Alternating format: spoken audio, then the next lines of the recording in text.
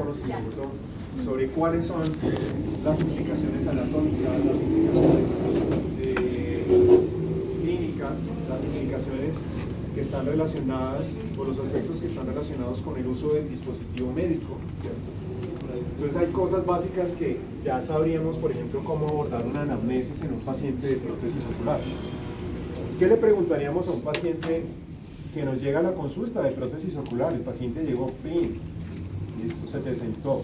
Dice, doctor, yo tengo una prótesis en el ojo derecho, o doctora, yo tengo una prótesis en el ojo derecho, vengo a control porque realmente desde que me la pusieron nunca me han hecho un control, realmente, y a veces siento que me molestan.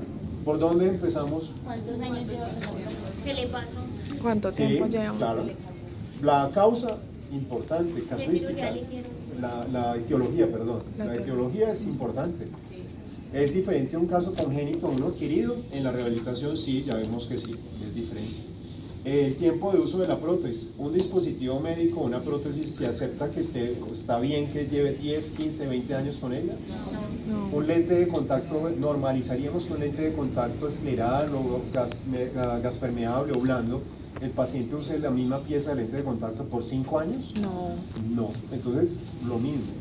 No debemos normalizar el tiempo extendido de una prótesis ocular porque es un dispositivo médico que va a interactuar con el tejido de la cavidad y que potencialmente puede producir problemas, reacciones adversas en el tejido del paciente, complicaciones, sintomatología.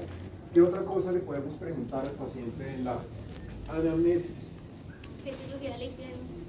Sí, algunos van a saber, otros van con historia clínica y no se acuerdan de nada, otros van con dos acompañantes y ninguno de los dos acompañantes sirve para nada, porque pues son como apoyo emocional.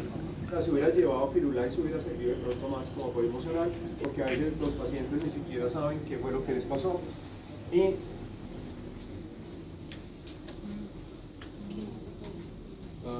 ¿ahí está bien? ¿Más o menos? Sí, así. Así o es la misma cosa. Así, pero... Y acá en Pereira, haciendo la anamnesis a los pacientes de prótesis ocular, aquí en Mercedes, entendí el concepto de los días. Cuando yo le pregunto a una persona muy adulta y muy grande que usó prótesis ocular, le tenía muy mal estado, le pregunté a mi señora, ¿hace cuánto usted tiene esa prótesis? Le pregunté lo mismo que tú ibas a preguntar. Hace unos días, doctor. Unos días, como ¿cuánto será? 8 días, 15 días, 360 días, 320 días, 1500, ¿de cuántos días? Pues a ver, entonces yo tengo 82 y la prótesis me la tenían antes de casarme, yo tenía como 24 años. Días, unos días. Ahí comprendí que aquí unos días en Pereira pueden servir para una semana o para un siglo, es lo mismo. Entonces es importante saber más o menos cuánto tiene la prótesis ocular del paciente. Es importante saber cuánto tiempo tiene de uso un lente de contacto blando en un paciente. Sí, claro. Las gafas, es importante preguntar hace cuánto las tienen. Sí. Si están muy vueltas, nada, uno dice esto las heredó de la tatarabuela, pero si están buenas uno dice de pronto tienen menos de un año. Pero en la prótesis el paciente es el que sabe cuánto tiempo lleva de uso de su prótesis. ¿Cuántos? Dime. Digamos, no iba a hacer. No, dale. Otra pregunta es, Dime. en caso de que el paciente haya tenido un tumor, preguntarle si come por radioterapia, por qué tipo de terapia. Claro, ¿se acuerdan que, buenísimo, recuerdan que cuando empezamos a hablar de dispositivos médicos, yo les puse como aquí una fotico que tenía un paciente de tisis, otro pediátrico, otro de exanteración, otro de visceración. Cada paciente que les va a llegar al consultorio es un escenario completamente distinto, súper diferente. Entonces, cada historia, detrás de cada paciente hay una historia súper distinta. En un paciente oncológico puede ser un paciente de retinoblastoma. Ya la radioterapia ya casi no se utiliza como protocolo de manejo de pacientes de retinoblastoma pediátricos porque produce una detención del crecimiento óseo y produce una alteración, entonces tratan de no hacerles radioterapia porque realmente las asimetrías faciales en pacientes chiquitos a los 5 años era terrible, o sea, no había con qué darles a esas asimetrías faciales, entonces ya se hacen otro tipo de tratamientos endovenosos en donde tratan de llegarle con el medicamento por vía venosa a la matriz, por decirlo así, del tumor, para que no crezca. Ya, pero sí uno encuentra pacientes irradiados con unos cuadros de hipoplasias muy marcadas y están así desde chiquitos. Pero claro, hay que preguntarle, cuando es un paciente pediátrico oncólogo, la mamá ahí sí lleva 4 toneladas de papeles que tú te tienes que dedicar a mirar en la primera cita, porque en esos casos el paciente lo que quiere es que le explique qué va a pasar. Entonces está muy mal que uno llegue al paciente, por eso es que la consulta de prótesis no funciona en 15 minutos, es imposible que uno funcione una consulta de rehabilitación en 15 minutos. No existe eso, no existe. O preguntar si sufre dermatitis o el paciente sufre. En los antecedentes personales hay cosas que nos interesan, que vamos a ir viendo. La dermatitis podría ser uno de esos, pero no es como el más común ahora que lo mencionas. O por lo menos no nos afecta mucho. Sí, alergias a medicamentos, sí. ¿Qué especialidades normalmente? ¿Por qué hablamos de la optometría como una profesión multidisciplinaria o interdisciplinaria? Al menos en la parte de prótesis ocular, cuando el paciente nos llega a la consulta, ya lo han visto otros especialistas. Cuando a ti te lo remiten, ya lo vio oftalmología, ya lo vio oncología, si es un paciente oncológico, ya lo vio cirugía plástica ocular, si tuvieron que hacerle el recubrimiento, el injerto, la evisceración, la denucleación, ya lo han visto varios especialistas. Lo he visto cirugía maxilofacial cuando, por ejemplo, son accidentes de tránsito y aparte de lo, tienen que reconstruirle otra parte del rostro, ¿cierto? Trabajo social, en algunos casos, cuando el paciente de pronto no está afiliado a ningún servicio de salud, entonces el trabajador social le ayuda a direccionar a ese paciente para que reciba su atención. ¿Quién sabe qué es la tiflología? Tiflología, ¿alguien lo ha escuchado? Échenle una googleadita rapidita, tiflología.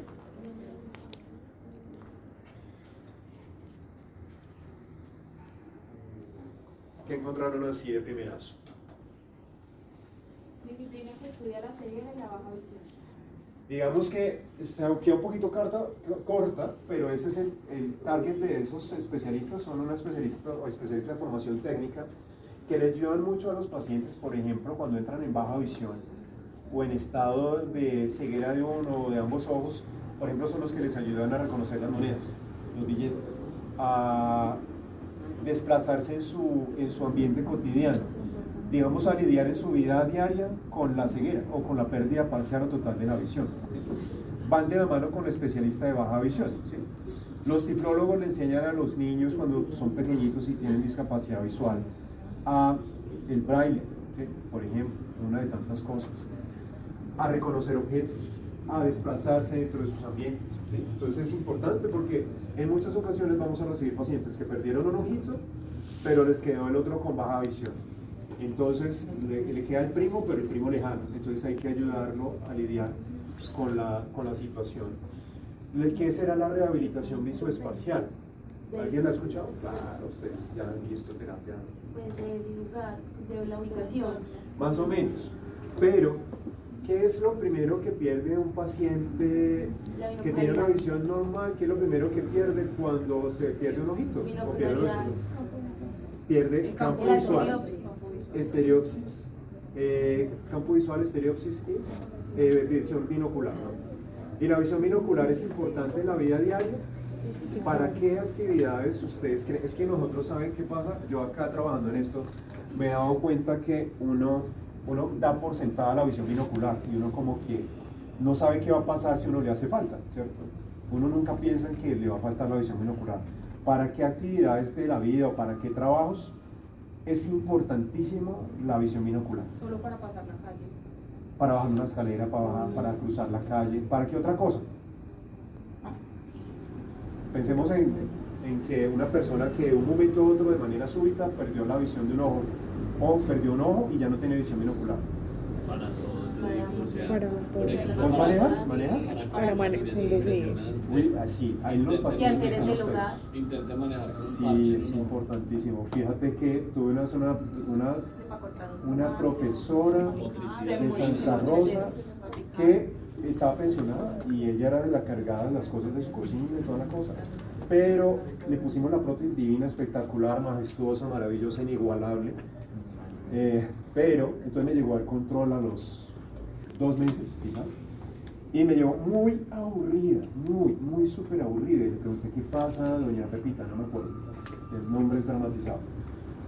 No, lo que pasa es que yo soy la encargada de despachar todas las mañanas en el desayuno y en el almuerzo a mis hijos y a mi esposo, y soy un desastre en la cocina.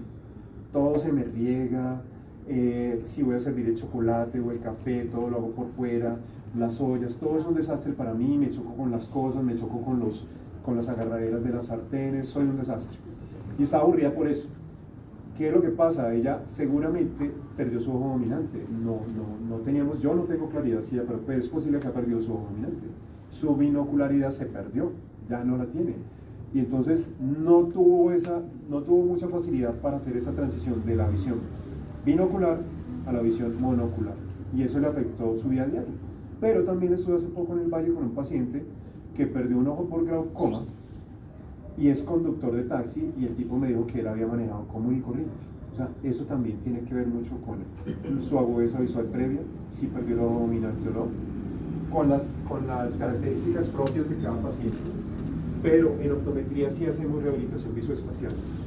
Si ustedes han visto que hay especialistas que se dedican al entrenamiento deportivo o a mejorar las habilidades visuales, espaciales, sensoriales, visomotoras, todo eso es rehabilitación visoespacial.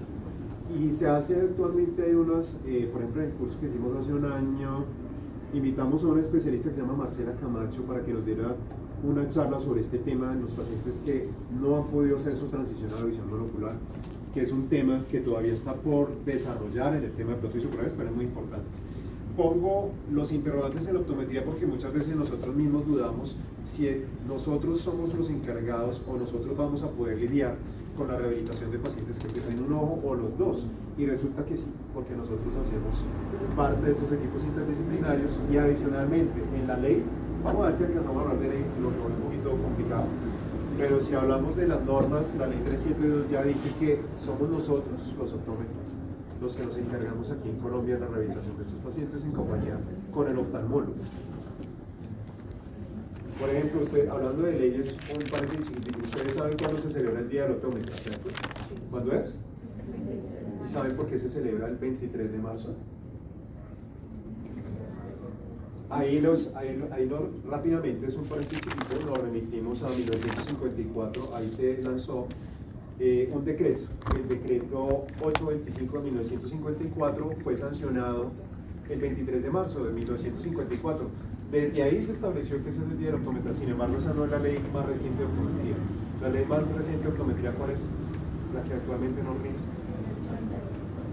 La ley 372 del 97, exacto. Todo eso nos aplica no solamente para prótesis, ahí está todo lo que podemos hacer nosotros como optómetras. Esto es súper importante. Esto ya lo hemos hablado, la superación de la etapa postquirúrgica, es decir, estamos hablando de las 2 semanas, o de las 2 meses, o de las 8 semanas, que por lo menos uno espera que tenga el paciente de operado para poder empezar las actividades de rehabilitación, ¿sí o no? Entendimiento del tratamiento, pues no es nada más que lo que hacemos nosotros ya normalmente cuando llega un paciente de primera vez, por ejemplo, a pediatría. Usted le va a explicar al paciente o a la mamita o al acudiente qué es lo que va a pasar en esa consulta. Si es un paciente de lentes de contacto, una ectasia corneal, entonces usted le dice, mire, vamos a hacer una topografía, vamos a hacer un examen, vamos a hacer una prueba de lentes de contacto, vamos a evaluar su sensibilidad, vamos a probar distintos tipos de lentes y nos vamos a gastar 8 citas, yo qué sé. Consentimiento informado. ¿Por qué creen que es importante el consentimiento informado en un paciente de prótesis? ¿En qué tipos de pacientes usamos consentimiento informado en la consulta de optometría? En todos. En todos, es que ya es en todos, esa es la respuesta. En todos. El paciente de terapia, sí, porque hay que dilatarlo. El paciente funcional, sí, porque de pronto toca dilatarlo. En el de prótesis ocular, porque tenemos que utilizar anestesia, tenemos que hacer procedimientos medianamente invasivos dentro de la cavidad, toma de modelos, toma de impresiones, manejos de material de impresión, una cantidad de cosas, pruebas de bases de prótesis. Esto es otra cosa, bueno, todo lo que hay aquí es importante, pero la generación de expectativas reales, yo la destaco mucho. El paciente que es usuario de primera vez de prótesis, que va por su primera adaptación, de pronto se ha hecho unas ideas dentro de su proceso de duelo, se ha hecho la idea que de pronto con la prótesis ocular todo es como que vuelvo a cero. El párpado me va a quedar perfecto, las pestañas me van a volver a parar, voy a tener movimiento igual que el otro ojo. voy a volver a ver, ¿sí? Hay que tener guantes de seda cuando interrogamos pacientes porque no se les haga raro que algún pacientico diga, doctor, y es verdad que con la prótesis voy a volver a ver. Hay que estar preparados para esa pregunta, ¿no? Porque hay que responderla con verdadera empatía, no como normalmente como constituimos mucho la palabra empatía, pero sí con verdadera empatía por esos pacientes. El paciente de verdad piensa que, o alguien le dijo que iba a volver a ver con la prótesis, ¿listo? Entonces hay que explicarle mucho. ¿Y a qué me refiero con expectativas reales? Yo casi siempre les doy unas expectativas moderadas, porque es muy difícil en algunos casos que el ojo quede idéntico, que la hendidura palpebral quede bien, que el movimiento sea exacto. Es decir, las palabras igualdad, exactitud, perfección desaparecen de nuestro lenguaje en el momento en que empezamos a hablar con pacientes.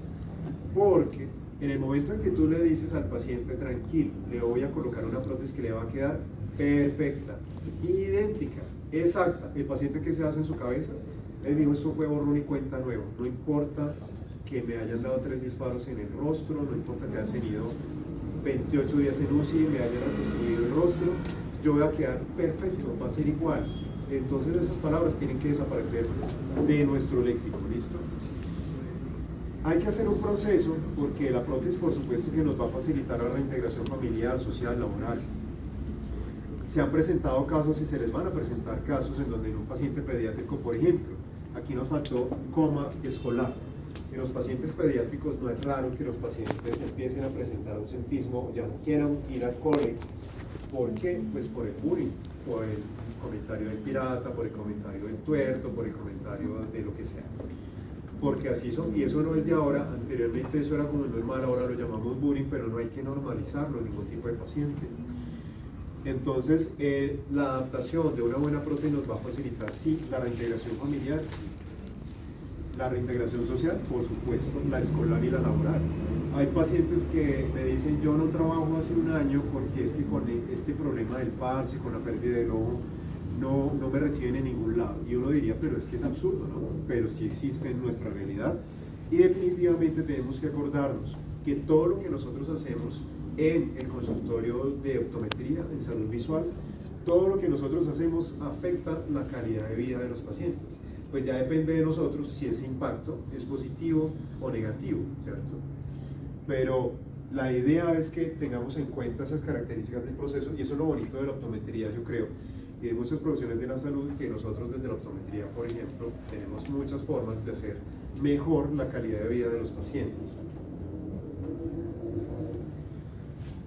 Hay un modelo de la salud que es el modelo biopsicosocial. ¿Alguien lo ha escuchado? El tema de que no somos solo mente o solo cuerpo, sino que somos la interacción entre lo físico, lo emocional y lo social. Pues este es un modelo que viene funcionando como un modelo de la salud y la enfermedad desde mediados del siglo XX, 1970 más o menos, en donde se planteó que somos unidades biopsicosociales. Y claro, si uno lo va a ver en rehabilitación tiene todo el sentido. Tenemos la rehabilitación física, ¿cierto? Que es como colocarle la prótesis al paciente amputado. La rehabilitación emocional, que es prepararlo para funcionar en su vida con esa falencia, con esa diferencia, y es una preparación previa también y una preparación post también, ¿no? Porque recuerden que la pérdida de cualquier parte del cuerpo puede producir ¿qué? Un duelo, ¿no? Un duelo emocional, un duelo como cuando pierdes un ser querido, una mascota. Y la rehabilitación social, aparte del niño que no va al colegio y de la persona que dejó ir que no volvió a conseguir trabajo, ¿qué otro caso se les ocurre a ustedes en donde se vea la afectación social por la mutilación en un paciente, por ejemplo, con prótesis ocular? En el tema familiar o en el tema personal, hay personas que no vuelven a tener pareja desde que sufren la pérdida de esto. Hay pacientes que no me explico cómo, pero tienen pareja o viven hace 10, 15 años con su esposo o su esposa, y cuando los